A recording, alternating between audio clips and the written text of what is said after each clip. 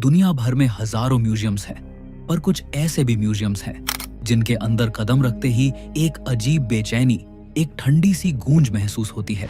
कहीं एक ऐसा म्यूजियम जिसके अंदर 60 लाख से ज्यादा इंसानी खोपड़ियां और कंकाल जमाए हुए हैं, वो भी असली। और कहीं एक ऐसा म्यूजियम जिसमें अल्बर्ट आइंस्टाइन का ब्रेन रखा गया है। हाँ, अल्बर्ट आइंस्टाइन का असली ब्रेन। और एक ऐसा म्यूजियम जिसमें ऐसे टूल्स हैं जो हजारों साल पहले मुजरिमों को सजा देने या टॉर्चर करने के लिए इस्तेमाल किए जाते थे। तो चलो आज हम चलते हैं दुनिया के उन 10 सबसे रहस्यमय म्यूजियम्स के अंदर, जहां हर ऑब्जेक्ट के पीछे एक मिस्ट्री छुपी है। दोस्तों, वीडियो शुरू करने से पहले अगर आपने अभी तक हमारे इस चैनल को सब्सक्राइब नहीं किया है तो जरूर सब्सक्राइब कर लें, क्योंकि आपके एक सब्सक्राइब से हमें बहुत मोटिवेशन मिलता है और हम आपके लिए ऐसी और वीडियोस बनाते रहेंगे।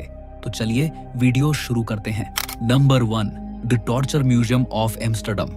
ये म्यूजियम उन असली टॉर्चर डिवाइसेस को शोकेस करता है जो मिडिल एजेस के टाइम पर लोगों को दर्द देने, उनसे क्राइम्स मनवाने या उन्हें सजा देने के लिए इस्तेमाल होते थे। मतलब ये सिर्फ आयरन मशीनें नहीं, ये इंसान की बर्बरता के मॉन्यूमेंट्स हैं। जब आप इस म्यूजियम के अंदर एंटर करते हो तो लाइट डिम होती जाती है, वॉल्स पतली सी मीडिवल एली जैसी लगती है और हर साइड ग्लास केसेस के अंदर एक एक टॉर्चर डिवाइस रखा होता है। 7 बोर्ड्स पर उन लोगों की कहानियां जिनके साथ वो डिवाइस यूज हुआ। इन डिवाइसेस को देखकर एक ही सवाल आता है, इंसान इतना दर्द कैसे दे सकता है किसी और को? चलो एक एक करके उन डिवाइसेस को समझते हैं। इस डिवाइस का नाम है द स्ट्रैपाडो। अगर किसी को इस डिवाइस से सजा देनी होती थी तो सबसे पहले विक्टिम के हाथ पीछे बांध दिए जाते थे, फिर एक रस्सी से उन्हें हवा में लटका दिया जाता था, जिससे उस इंसान की हड्डियां ऐसे टूट जाती जैसे उसके ऊपर एक बड़ा सा पहाड़ रख दिया हो। यह सब इतनी जल्दी होता था कि आदमी चिल्ला भी नहीं पाता। बहुत बार दर्द को और बढ़ाने के लिए उनके पैरों पर बड़े बड़े पत्थर बांध दिए जाते थे।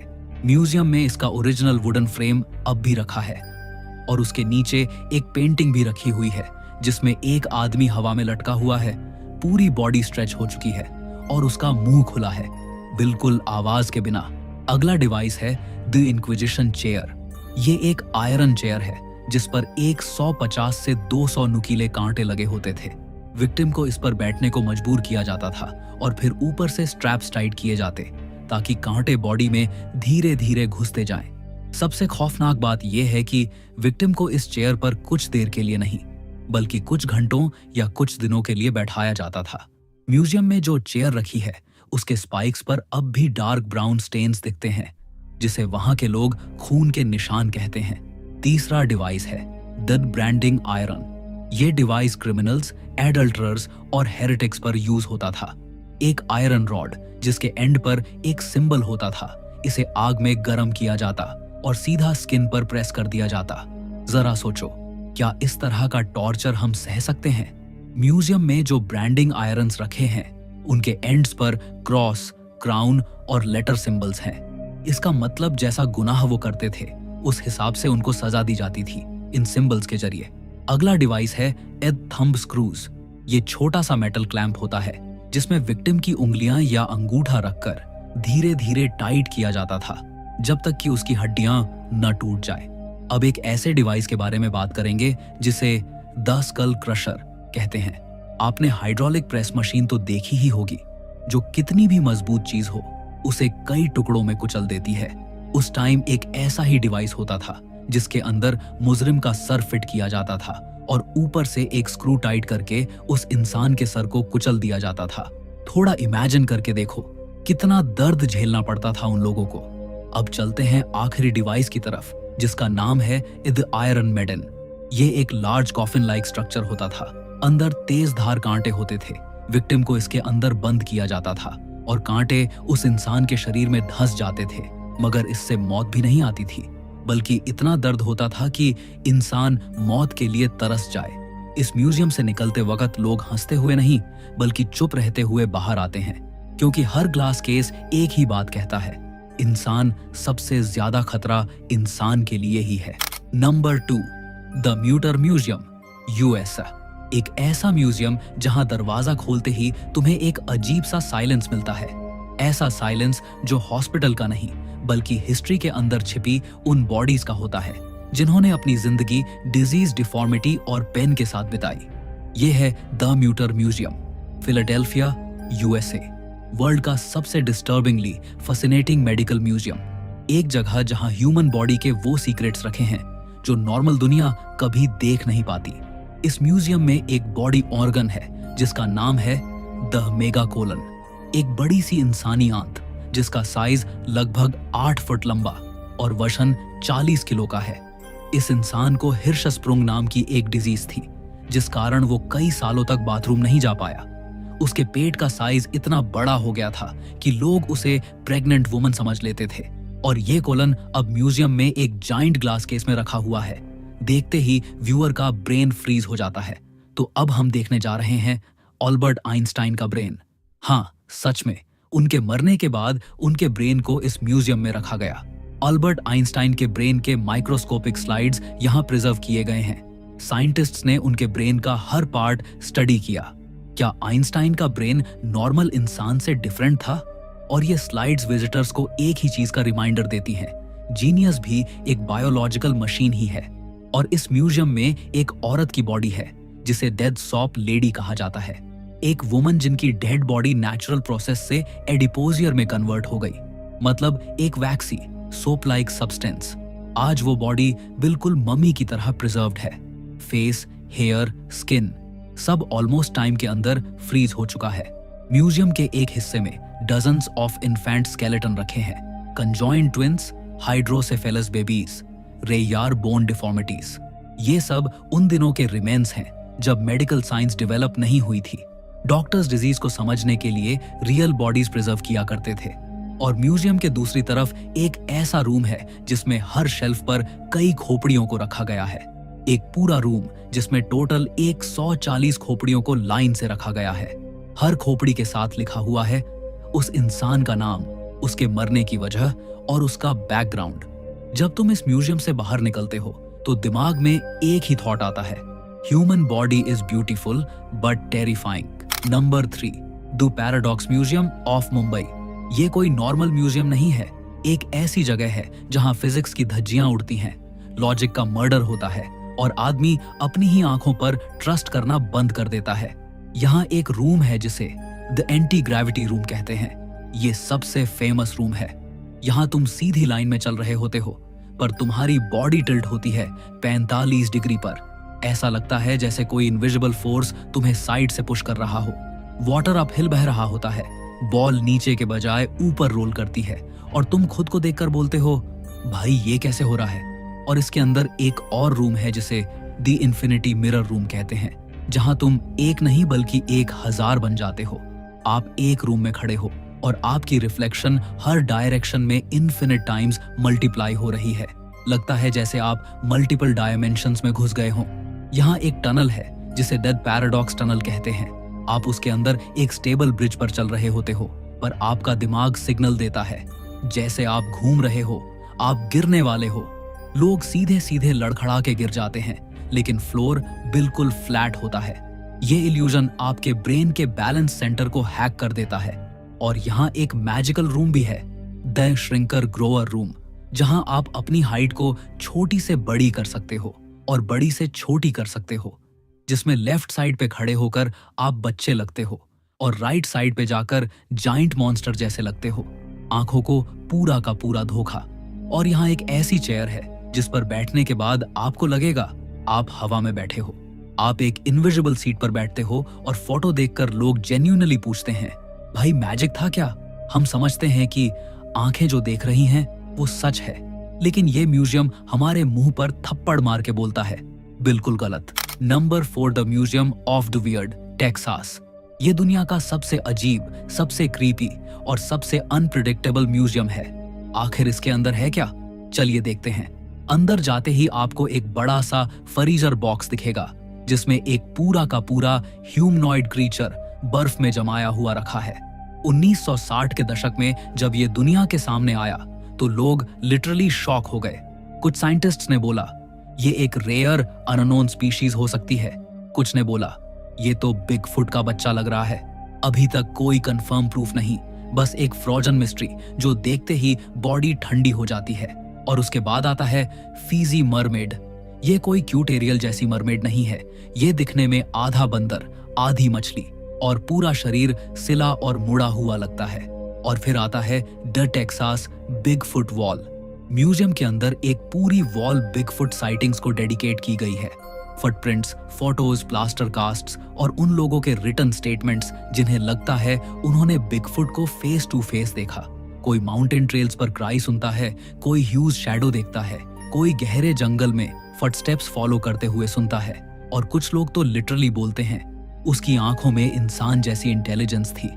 बिलीव करना या ना करना आपकी मर्जी, मगर इस वॉल के सामने खड़े होकर एक अजीब सा डर और क्यूरियोसिटी महसूस होती है। अब देखते हैं एक ऐसा रेप्लिका जिसे आद लिजर्ड मैन कहते हैं। एक क्रीचर जो इंसान और रेप्टाइल का मिक्स लगता है। एक लाइफ साइज फिगर जिसे देखकर लगता है कि ये किसी सीक्रेट लैब का फेल्ड एक्सपेरिमेंट हो सकता है।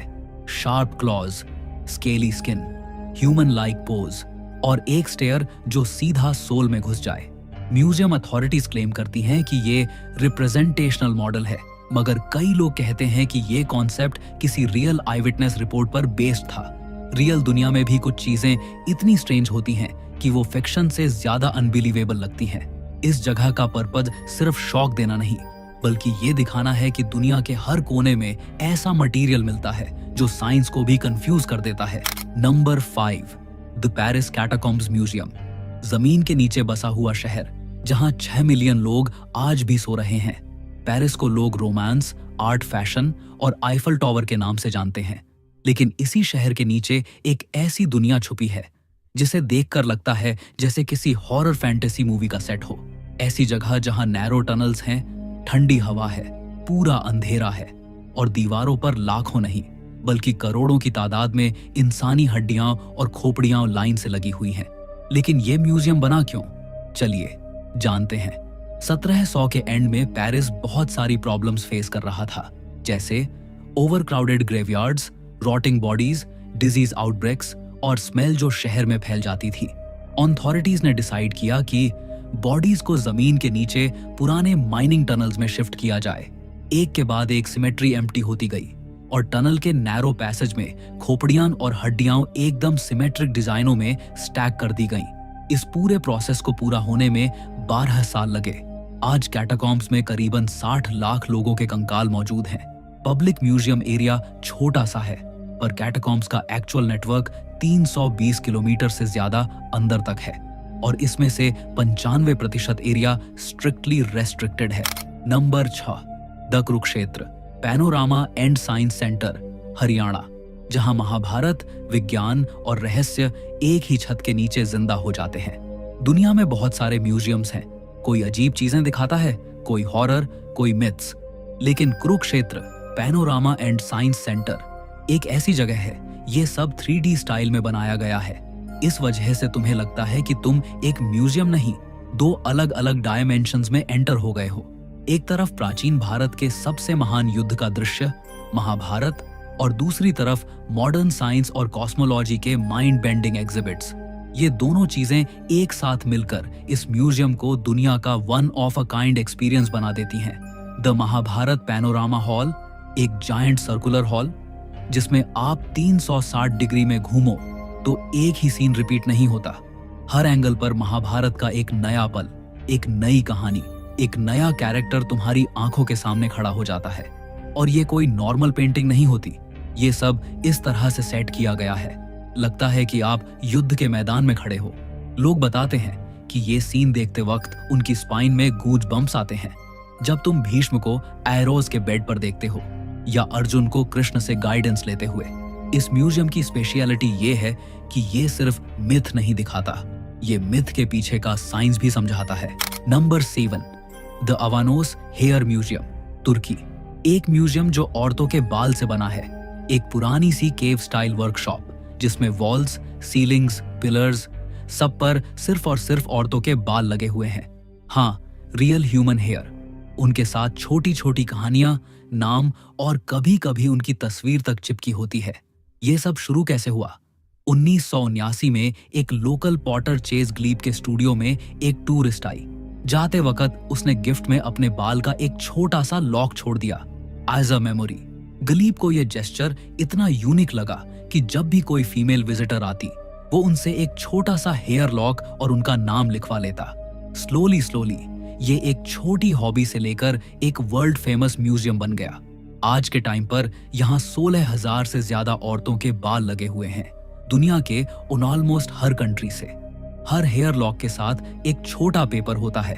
किसी ने ब्रेकअप के बाद अपने बाल डोनेट किए, किसी ने ट्रैवल मेमोरी के लिए, किसी ने किसी लॉस्ट लव्ड वन के नाम पर। Number 8, the Meguro parasitological museum, Japan. दुनिया का सबसे अजीब और क्रीपी पैरासाइट म्यूजियम। ये दुनिया का पहला और ओनली म्यूजियम है जो सिर्फ और सिर्फ पैरासाइट्स को डेडिकेट किया गया है। म्यूजियम की शुरुआत कैसे हुई? 1953 में एक जापानी साइंटिस्ट डॉक्टर सतोरो कामेगाई ने इस म्यूजियम की फाउंडेशन रखी ताकि लोग पैरासाइट्स को समझें, इनसे बचें और थोड़ा सा शॉक भी हो जाए। आज यहाँ 60,000 से ज्यादा स्पेसिमेन स्टोर हैं और 300 से ज्यादा पैरासाइट्स एक्चुअल डिस्प्ले पर दिखाए जाते हैं। जब तुम म्यूजियम के अंदर जाते हो तो सबसे पहले नजर पड़ती है ग्लास जार्स में प्रिजर्व्ड पैरासाइट्स, कुछ इतने टाइनी कि माइक्रोस्कोप चाहिए और कुछ इतने लंबे कि देखकर खड़ा आदमी हिल जाए। वॉल्स पर पैरासाइट्स के लाइफ साइकिल्स, इन्फेक्शंस, सिम्पटम्स और रियल ह्यूमन केस स्टडीज लगे होते हैं। सबसे फेमस एग्जिबिट 8.8 मीटर लंबी टेपवर्म, एक रियल ह्यूमन पेशेंट के पेट के अंदर से निकाली गई 8.8 मीटर की टेपवर्म, हाँ लगभग 30 फीट लंबी। म्यूजियम में इसे एक लॉन्ग ग्लास ट्यूब में रखकर डिस्प्ले किया गया है और उसके साइड में एक रोप लगाई गई है जिसे विजिटर्स खींचकर कंपेयर कर सकते हैं कि ये टेपवर्म असल में कितनी लंबी होती। एक आदमी के अंदर 30 फीट का क्रीचर, बस इस एग्जिबिट को देखकर आदमी पानी तक पीने से डरता है।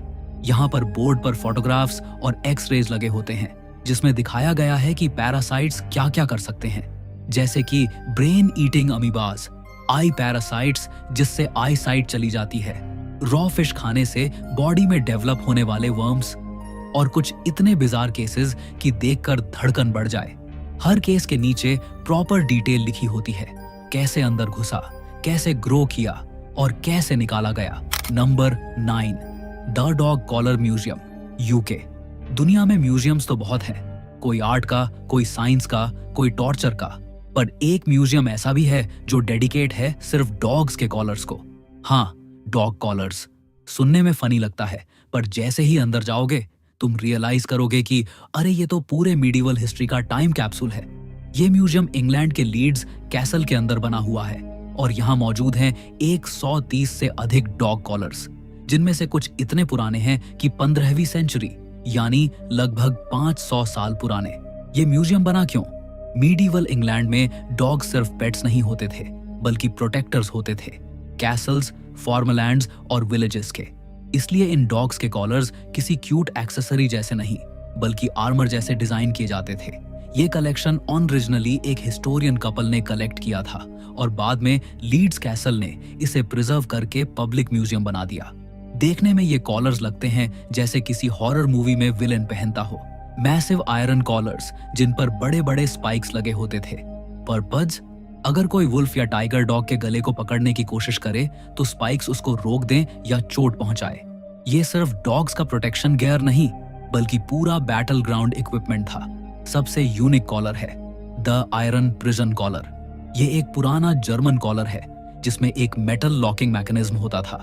इस कॉलर का इस्तेमाल मिसबिहेविंग डॉग्स को कंट्रोल में रखने के लिए किया जाता था। जितना देखते जाओगे उतना रियलाइज करोगे कि डॉग कॉलर्स सिर्फ एक्सेसरीज नहीं थे बल्कि सिविलाइजेशन के इवोल्यूशन का साइलेंट पार्ट थे। आज हम डॉग्स को फैमिली समझते हैं पर मीडिवल में डॉग्स वॉरियर्स थे और ये म्यूजियम उनकी कहानियां जिंदा रखता है। Number 10, Assam state museum, India. एक जगह है जहां हर रूम, हर गैलरी और हर आर्टिफैक्ट नॉर्थ ईस्ट के हजारों साल पुराने इतिहास का एक छुपा हुआ चैप्टर खोल देता है। म्यूजियम का सबसे पुराना हिस्सा है रॉयल असमीज गैलरी, जहां अहोम डायनेस्टी के रेयर आर्टिफैक्ट्स रखे गए हैं। उनमें से एक सबसे फेमस ऑब्जेक्ट है रुद्र सिंघा का सेरेमोनियल स्वॉर्ड। कहा जाता है कि इस तलवार पर बने पैटर्न्स सिर्फ डेकोरेशन नहीं, एक हिडन अहोम स्क्रिप्ट है जिसका एग्जैक्ट मीनिंग आज तक डिकोड नहीं हो पाया। जब लाइट्स उस तलवार पर पड़ती हैं, उसके पैटर्न्स एक स्ट्रेंज सिमेट्रिकल शेप बनाते दिखते हैं, जैसे किसी एंशिएंट कोड का हिस्सा हो। और यहाँ तुम्हें मिलते हैं बोडो, कार्बी, मिसिंग और राभा ट्राइब्स के ट्रेडिशनल ऑब्जेक्ट्स। पर सबसे स्ट्रेंज है उनका शैमनिस्टिक हीलिंग मास्क, एक वुडन मास्क जिसे tribal healers disease spirit traps बोलते हैं। लोग मानते हैं कि जब भी कोई ट्राइब मेंबर बीमार पड़ता था, ये मास्क उनकी आसपास की बुरी एनर्जीज को कैप्चर कर लेता था। म्यूजियम स्टाफ के अकॉर्डिंग इस मास्क के रूम में ह्यूमिडिटी और टेम्परेचर हमेशा अनप्रिडिक्टेबल रहता है और कोई साइंटिफिक रीजन नहीं मिल पाया। अब चलते हैं आर्कियोलॉजी सेक्शन में, जिसमें 2000 साल पुराने ऑब्जेक्ट्स हैं। इस सेक्शन में मिले थे कुछ टेराकोटा फिगरीन्स जो कृष्णा देवी इमेजरी जैसी दिखते हैं, लेकिन उनका स्टाइल नॉर्थ इंडियन नहीं, कंप्लीटली यूनिक है। आर्कियोलॉजिस्ट्स कंफ्यूज्ड हैं। ये फिगरीन्स असम के लोकल आर्टिस्ट्स ने बनाए या कोई एंशिएंट लॉस्ट ट्राइब का इन्फ्लुएंस था। कुछ एक्सपर्ट्स के हिसाब से ये फिगरीन्स 2000 साल पुराने मायोंग रीजन के मैजिक कल्चर से इंस्पायर्ड हो सकते हैं। और अब देखते हैं द रेयर मैन्यूस्क्रिप्ट्स, जिन्हें द सीक्रेट लाइब्रेरी भी कहते हैं। म्यूजियम का सबसे रेस्ट्रिक्टेड हॉल है सांचीपुथी मैन्यूस्क्रिप्ट्स रूम, जहां सेंचुरीज ओल्ड हैंडरिटन बुक्स रखी गई हैं। पेपर हैंडमेड है, इंक नेचुरल हर्ब्स से बनी है और राइटिंग एक रेयर असमीज स्क्रिप्ट में लिखी गई है, जो आज के जमाने में बिल्कुल एक्सटिंक्ट हो चुकी है। कुछ मैन्यूस्क्रिप्ट्स में स्ट्रेंज डायग्राम्स बने हुए हैं, जैसे star shaped symbols, spiral patterns और ह्यूमन एनिमल हाइब्रिड ड्राइंग्स।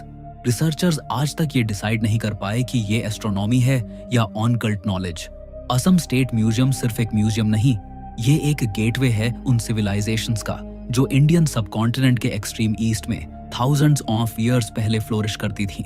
यहाँ का हर आर्टिफैक्ट एक क्लू है, एक हिंट है, एक राज है, जो हमें बताता है कि इंडिया की हिस्ट्री जितनी हम सोचते हैं उससे कहीं ज्यादा मिस्टीरियस है। और शायद असम के इस म्यूजियम में वो आंसर छुपे हैं जो हमने कभी सर्च ही नहीं किए।